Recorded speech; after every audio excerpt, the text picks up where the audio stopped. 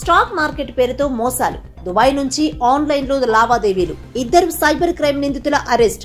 Hyderabad CP Kothakota Srinivas Reddy. మనకు తెలియకుండానే మన పేరిట బ్యాంక్ అకౌంట్ ఓపెన్ అవుతుంది. అందులో ట్రాన్సాక్షన్స్ కూడా జరుగుతాయి. బయట నుంచి డబ్బులు వచ్చి ఖాతాలో పడతాయి. ఆ తర్వాత క్యాష్ విత్డ్రా కూడా వెంటనే జరిగిపోతూ ఉంటుంది. మనకు సంబంధం లేకుండా ఆ ఖాతా నుంచి లక్షల రూపాయలు చేతులు మారతాయి. ఇలా సరికొత్త స్టైల్లో సైబర్ నేరాలు జరుగుతున్నాయి. ఈ తరహాలో ఆన్లైన్ మోసాలకు పాల్పడుతున్న ఇద్దరు సైబర్ నేరగాళ్లను హైదరాబాద్ పోలీసులు అరెస్టు చేశారు. నిందితుల నుంచి 1,40,00,000 నగదు, ల్యాప్టాప్లు స్వాధీనం చేసుకున్నారు.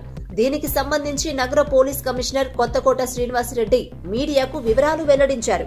హైదరాబాద్ కు చెందిన బాధితురాలు తాను 3,16,00,000 నష్టపోయానని పోలీసులకు ఫిర్యాదిచ్చింది.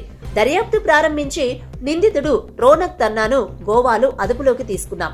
ఈ స్కామ్ అంతా దుబాయ్ నుంచి జరిగినట్లుగా అతను ఒప్పుకున్నాడు. నిందితుడి బ్యాంక్ అకౌంట్ లో 20 లక్షలు ఫ్రీజ్ చేశాం. అతడికి సహకరించిన మరో ఇద్దరికి నోటీసులిచ్చాం. ఈ కేసులో నిందితుడు ఇతరులకు చెందిన 95 బ్యాంక్ అకౌంట్స్ వాడుతున్నాడని గుర్తించామని సిపి తెలిపారు. తక్కువ ఇన్వెస్ట్ తో అధిక లాభాలు. డఫాబెట్ వెబ్సైట్ లో పెట్టుబడి పెడితే లాభాలు వస్తాయని చెప్పి మోసం చేస్తున్న నిందితుడిని పోలీసులు అరెస్టు చేశారు.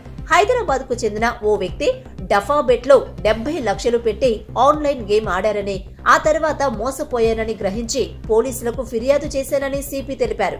సింగపూర్, హాంకాంగ్ నుంచి నిందితులు ఫోన్లు చేస్తూ భారీగా లాభాలంటూ నమ్మించి మోసాలకు దిగుతున్నారని చెప్పారు. హర్యానాకు చెందిన హితేష్ గోయల్ మోసాలు చేశాడని నిందితుడిని ఢిల్లీలో అరెస్టు చేశామని తెలిపారు. నిందితుడి నుంచి 1,40,00,000 నగదు సీజ్ చేశామని తెలిపారు. సోషల్ మీడియాలో నిందితులు కనెక్ట్ అవుతారని, పాస్వర్డ్స్, ఓటీపీ విషయంలో చాలా జాగ్రత్తగా ఉండాలని సూచించారు. సైబర్ నేరగాళ్లపై ఇంకా దర్యాప్తు కొనసాగుతోందని చెప్పారు.